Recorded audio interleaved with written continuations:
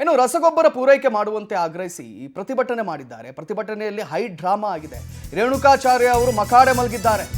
ರಸಗೊಬ್ಬರ ಪೂರೈಕೆ ಮಾಡುವಂತೆ ಆಗ್ರಹಿಸಿ ಪ್ರತಿಭಟನೆಯನ್ನ ಮಾಡ್ತಾ ಇದ್ರು. ಟೈರ್ಗೆ ಬೆಂಕಿ ಹಚ್ಚಿದ್ರು. ಕಾರ್ಯಕ್ರಮದ ಬ್ಯಾನರ್ನಲ್ಲಿ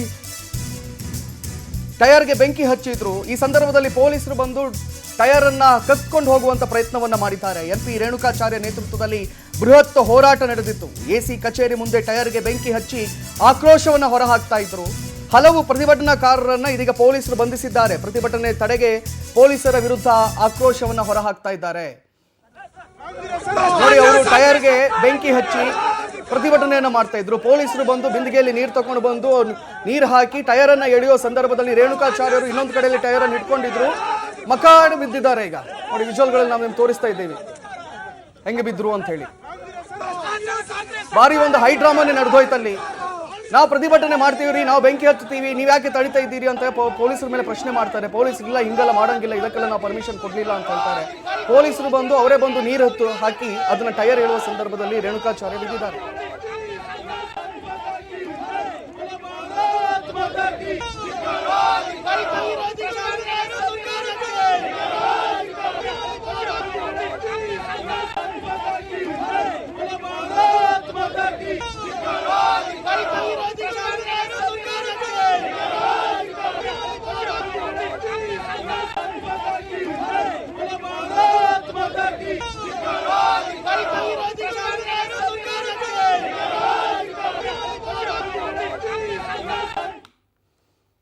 ನೋಡಿ, ನಮಗೆ ವಿಜುವಲ್ಗಳಲ್ಲಿ ತೋರಿಸ್ತಾ ಇದ್ದೀವಿ ಎಷ್ಟು ದೊಡ್ಡ ಮಟ್ಟಿಗೆ ಇಲ್ಲಿ ಹೈಡ್ರಾಮಾ ಆಯಿತು ಅಂತ ಹೇಳಿ.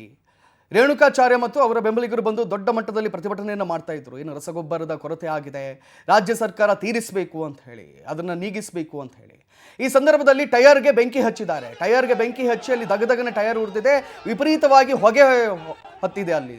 ಪೊಲೀಸರು ಅದನ್ನ ಬಂದು ನೀರು ಹಾಕಿ, ಇಲ್ಲ ನೀವು ಟೈರ್ಗೆ ಬೆಂಕಿ ಹಚ್ಚಕ್ಕಲ್ಲ, ನಾವು ಪರ್ಮಿಷನ್ ಕೊಡಲಿಲ್ಲ ಅಂತ ಹೇಳಿ ಟೈರ್ನ ಎಳೆದಿದ್ದಾರೆ. ಈ ಸಂದರ್ಭದಲ್ಲಿ ರೇಣುಕಾಚಾರ್ಯರು ಅದನ್ನ ತಡೆಯಕ್ಕೆ ಹೋಗಿ ಮಕಾಡೆ ಬಿದ್ದಿದ್ದಾರೆ, ಮಲಗಿದ್ದಾರೆ ಅಲ್ಲಿ.